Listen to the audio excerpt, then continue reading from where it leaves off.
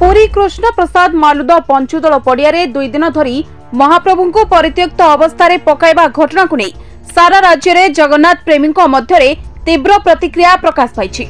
एभली अपमान कार्य करिथिबा व्यक्ति विरोध में कड़ा कार्यानुष्ठान पाई दाबी होछि। पुरी लोकसभा बीजेपी प्रार्थी संबित पात्र एही घटना को कड़ा समालोचना करिसेंति। बिजु युवा जनता दल कार्यक्रम सरिबा परे जेभली महाप्रभु को अपमानित करिसेंति संबित पात्र ताहाकू कड़ा समालोचना करिसेंति।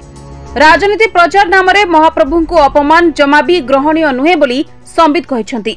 तुरंत बीजेडी क्षमा प्रार्थना करू बोली संबित दाबी करिसेंति। तेबे घटना को नहीं बीजेडी कोनोसी क्षमा मागी नथिबा बेले एहाकू केही क्षमा न देबाकू से जगन्नाथ प्रेमी को निवेदन करिसेंति। महाप्रभु श्री जगन्नाथ को पुणी अपमान होइछि पुरी कृष्ण प्रसाद ब्लॉक मालुद अंचल रे। एक निर्वाचन सभा कार्य सरिबा परे टेंट हाउस मालिक महाप्रभु मूर्ति को पड़िया मझिरे खोला मेलारे छाड़ी पळाई जाइथिले।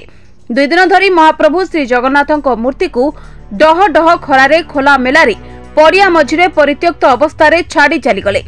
एही दृश्य नजर को आसिबा परे जगन्नाथ प्रेमी महल रे तीव्र प्रतिक्रिया प्रकाश पाइछि। महाप्रभु प्रतिमूर्ति को अपमान करथिबा व्यक्ति विशेषक विरोध में दृढ़ कार्यानुष्ठान पुरी जिला प्रशासन नेबाकू जगन्नाथ प्रेमी दाबी करिसेंति। तेबे सभा कार्य दुई दिन हेबो सरिथिबा बेले काहेकि टेंट हाउस मालिक एभली खामखियाली ढंगरे पड़िया मझिरे परित्यक्त भावे महाप्रभु को छाड़ी पळाइले ताहा जगन्नाथ प्रेमी प्रश्न करिसेंति। कोटी ओडियांको मौडमणि कोटी कोटी भक्तंको आराध्य देवतांको प्रति एभली अपमान को जगन्नाथ प्रेमी ग्रहण करि पारि नाहंती। तेणु तुरंत पुलिस प्रशासन ए दिगरे कठोर कार्यानुष्ठान नेबाकू भक्त माने दाबी करिसेंति। पुरीरु शशांक शेखर महापात्रଙ୍କ रिपोर्ट एनएनएस ओडिया।